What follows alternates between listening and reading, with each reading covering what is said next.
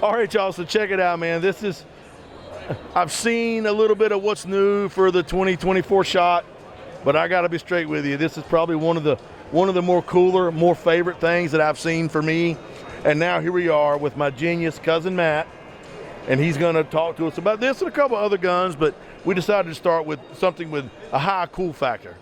So take it away, brother. I mean, this is pure nostalgia, right? Yeah. It's a Mini 14 that looks like the old AC556 that everyone saw on TV with the A-Team. I pity fool, don't like my rifle. Damn straight. So this is as close to correct as you can get. You know, Samson is making these folding stocks. It's their A-TM, A-Team type stock. So it's their folder, and it's all just correct. So we've gone as far as getting the correct old bird cage, the right front sight bayonet mount, the right gas block, and it's all correct. Even a stainless 20-round box magazine. Man, so this is just a recreation of history.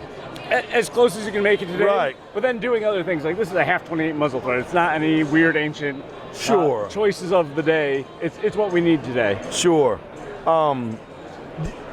This is a stupid question. You know, the A-Team, and this rifle stands on its own merits, sans A-Team. Absolutely. But people see this, they think. Yeah. Do you think the younger generation, somebody that's post A-Team, would it appeal to these, or do you think this is going to appeal to, you know, the older Gen X's? So both, based on range day yesterday. Okay. Everyone wants to lay hands on it. Everyone wants to shoot it. The Mini 14 on its own has kind of a cult following at this point. I would agree with It's that. not an AR pattern gun. It's not a bland, cookie cutter black rifle. It's a gun with character. The stock only makes it that much more eye-catching and unique and special. So everyone had a good time shooting it. The old guys are humming the A-Team theme. I guarantee and it. banging away at steel or at the feet of steel, and everyone else is just smiling and having a good time with it. Man, that is really cool. You know, it does my heart good to see the Ruger bringing some of this stuff back. You know, I mean, it reminds me of Friday nights and sitting on the floor watching, BA whip ass and A-Team. But here again, I don't want to take away from the quality of the rifle. It's just that's my thought. But like I said, the rifle, I'm confident, stands on its own merits. Absolutely. But it's such a throwback to times past. Yeah. Awesome. Yeah, Mini 14 is not going anywhere, and this is, it's just a great version of it. Is this going to be a regular production rifle, you think? Oh, yeah. Okay. It's on the catalog. It's here to stay for now, at least. Good to know. All righty. And you got a couple more guns we talked about, maybe talking about. Have you got a few minutes? Absolutely. Let's check them out. Yeah, absolutely. Yes, sir. So we're right in this neighborhood. We'll jump to the Ruger SFAR. So of course we had this in 3.0 Winchester before. It's 16 and 20-inch guns. We've just launched it in 6.5 Creedmoor. Okay. So right now we have two options. They're both 20-inch barrels. This one is set up with the PRS light butt stock and the Magpul MOE K2 grip. The other is just like the 308 with the collapsible stock and standard grip. But 6.5 Creedmoor, it's proven itself over the years to be accurate and easy to shoot. Sure. It's very low recoil in this. Of course, all the reasons SFAR is low recoiling. It's an AR-15 sized bolt carrier. Yes, sir. It doesn't beat you up like a giant AR-10 bolt carrier going back and forth. I'm sure you remember, but right when SFAR was announced, you had sent me a test sample about 6 weeks before. So I had my review ready for the announcement. And I still have the test rifle, and I've still been running it. I've still been shooting it. I've been using it to test optics and whatnot.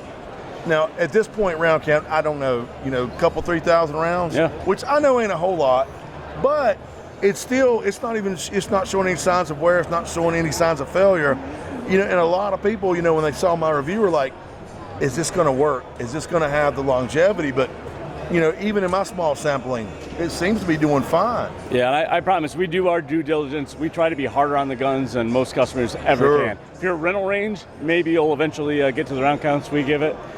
Really, extractor is one of the biggest engineering hurdles all through the 308 development, and we worked really hard to get extractor life up.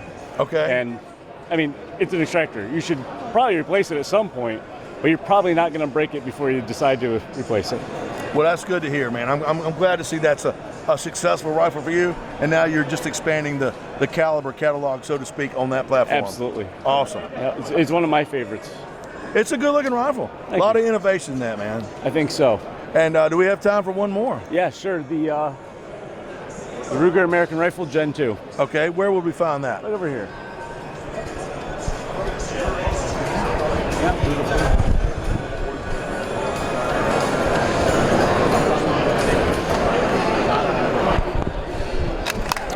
Oh man, okay, so this is cool. It's a scout rifle size. Well, so we've had the Ruger American Rifle for over a decade. Yeah. And it's been a basic black gun as a standard, and it's been a Predator and green stock. And there was a lot of customer feedback even from day one. And now we have over a decade of making the gun. So we had a laundry list of things we know our customers want, but we want to change, just trying to make it better. So I have a ranch version in my hand, and that's a tan stock and a cobalt Cerakote barreled action. And all these ranch models will be 16-ish inches. Now I have a 5.56 in my hand, we have 300 blackout and 7.62 by 39 and 450 and 350 and all sorts of different calibers. But we're just trying to make a great gun better and modernized. So it's a new stock, a little bit stiffer in the fore end. I have a 3-position safety, so with it all the way back, the bolt handle's locked. Okay. And then still unsafe, but I can manipulate it and forward to fire. Sure. Man, that's but it's it looks like a very compact. The Scout rifle thing is hot now. Absolutely. And I can see you've got pick rail here, so somebody could mount an optic on it if they so chose. I'm an iron sight kind of guy, but red dots, what have you. Yep. And I can see this would serve as almost a crossover between a bolt gun and a Scout rifle and a couple different things. Threaded muzzle with a brake. Is that a brake on it? Everything's threaded. Everything comes with a brake. And then, to balance out the other end, we have a length of pull spacer that we've never had before. Okay. So everything is shipping as a full-size rifle. That works for most of us.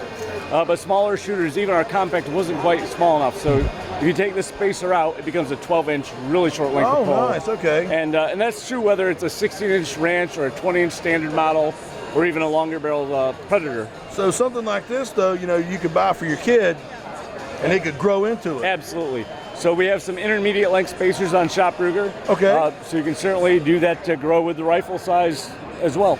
So, last question: the Mini 14, the SFAR 65 Creedmoor. When are these rifles going to be readily available? We're shipping all of these right now. Everything we've talked about is already ready. Absolutely. Okay, wonderful, man. We have a lot of caliber offerings. We haven't built and shipped every caliber offering, but everything on the website will be shipped shortly. Man, that's wonderful. Well, look, cousin man, I know you're super, super busy, so I don't want to talk your ears off, but I'm indebted to you for stopping, taking the time with me to talk about some of these fine Ruger offerings.